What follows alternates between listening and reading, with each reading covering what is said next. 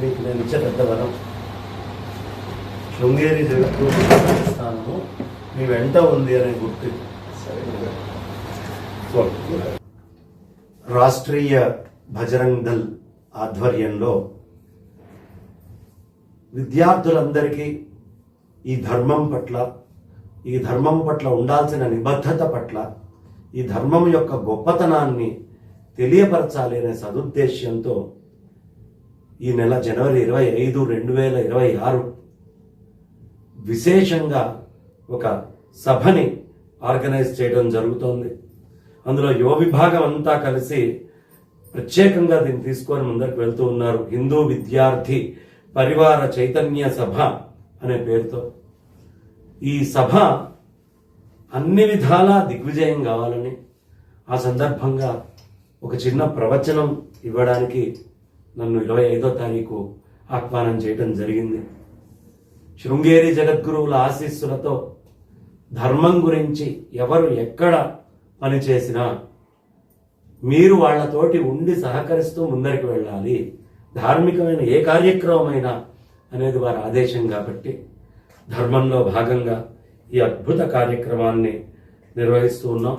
దీంట్లో అద్భుతంగా ఒక యజ్ఞం కూడా నిర్వహించడం జరుగుతుంది.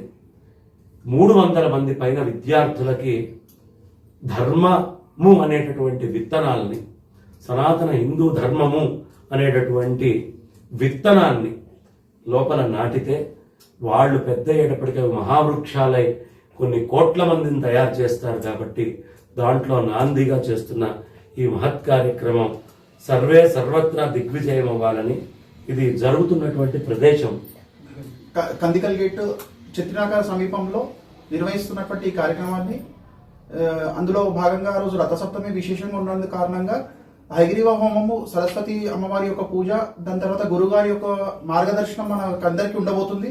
దీంట్లో ముఖ్యంగా ఇవాళ బాలలపైన జరుగుతున్నటువంటి అత్యాచారాలని ఎదిరించడానికి కోసం అని చెప్పేసి సెల్ఫ్ ప్రొటెక్షన్ డెమాన్స్ట్రేషన్ ఒకటి పెట్టడము, తర్వాత బేసిక్ లైఫ్ సేఫ్టీ స్కిల్స్ పైన ఒక డెమాన్స్ట్రేషన్ పెట్టడం అనేది విశేషమైనటువంటి కార్యక్రమం ఇది.